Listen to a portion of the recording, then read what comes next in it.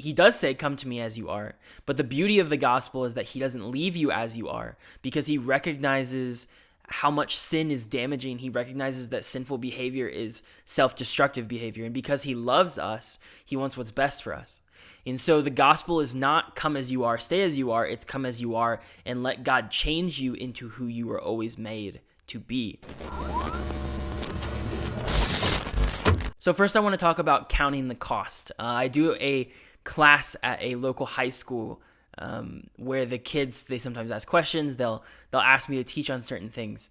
And last week, the students came up to me and they asked me if I would teach this past Tuesday, on why there are so many fake Christians. They asked the question, why are there so many people who call themselves Christians, but they don't seem to get what it really means to be a follower of Christ, to actually live the life that God has designed for us? And so I told them, I said this past Tuesday, I said, I think the reason is because, first of all, we've distorted the gospel. There's been a lot of distortion of the gospel in the world as we see it today. A lot of people saying, God says, come as you are, but stay as you are. And that's not the true gospel. God doesn't say, come to me. He does say, come to me as you are. But the beauty of the gospel is that he doesn't leave you as you are, because he recognizes how much sin is damaging. He recognizes that sinful behavior is self-destructive behavior. And because he loves us, he wants what's best for us. And so the gospel is not come as you are, stay as you are. It's come as you are and let God change you into who you were always made to be. I think on a whole, throughout the world, Christianity has kind of morphed into something that it's not. And if you go read in Galatians 1, where Paul talks about the distortion of the gospel, we come to the realization that any gospel that's not the true gospel is a gospel that can't save. So it's actually worthless. If we are teaching people a gospel that's not the true gospel, then we aren't saving people. We're not giving people any true life, because it is the true gospel that brings life. And so I was telling them this, how it's been distorted. And I think one of the main things, the main ways it's been distorted is I think that we've lost the idea that following Jesus actually is going to cost us something. For example, if you look at the actual definition that Jesus gives for someone who is a true follower of him, he says, deny yourself, take up your cross, and follow me.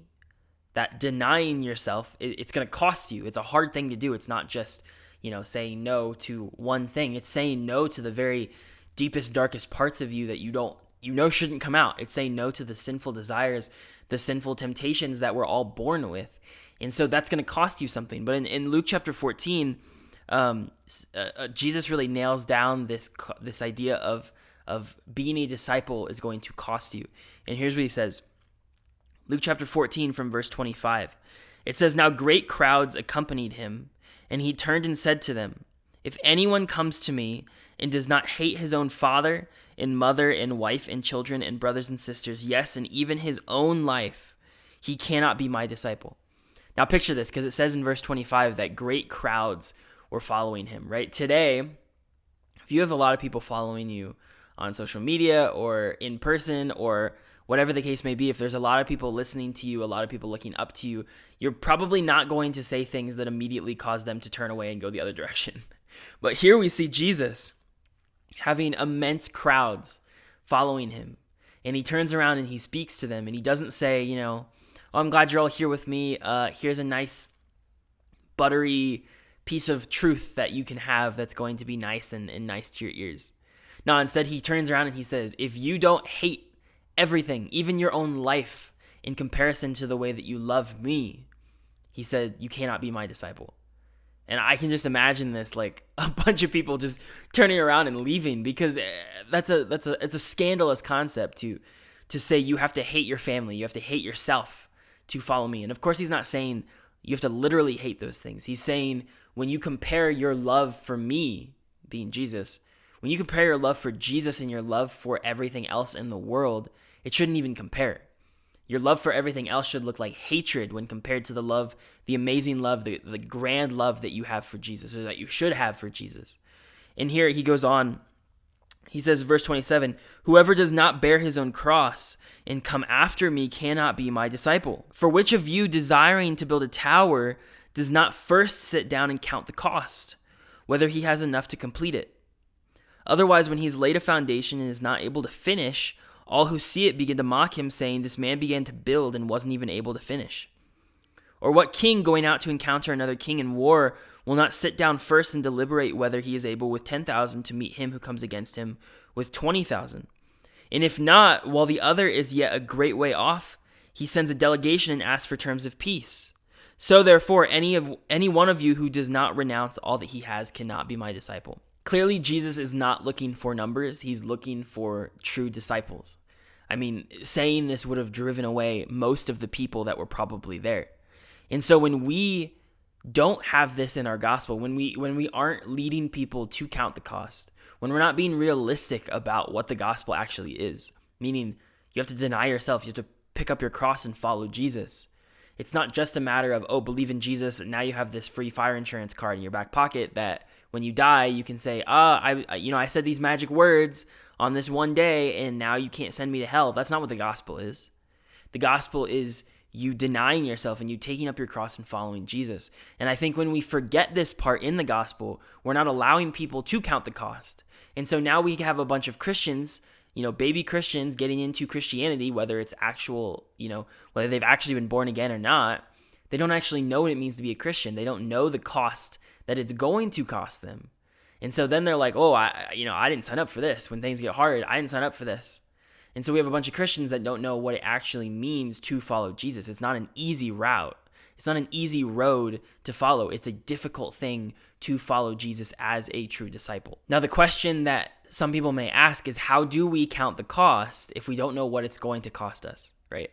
Well, if you look in verse 33, he says, "So therefore, any one of you who does not renounce all that he has cannot be my disciple."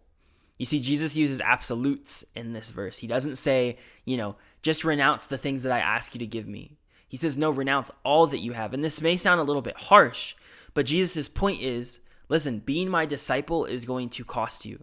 You're going to have to maybe give up friends. You're going to maybe have to give up possessions. You're maybe going to have to give up lifestyle choices, whatever it may be. And Jesus' point is, if you renounce all that you have now, then you'll be prepared to give whatever it is that being my disciple is going to cost you.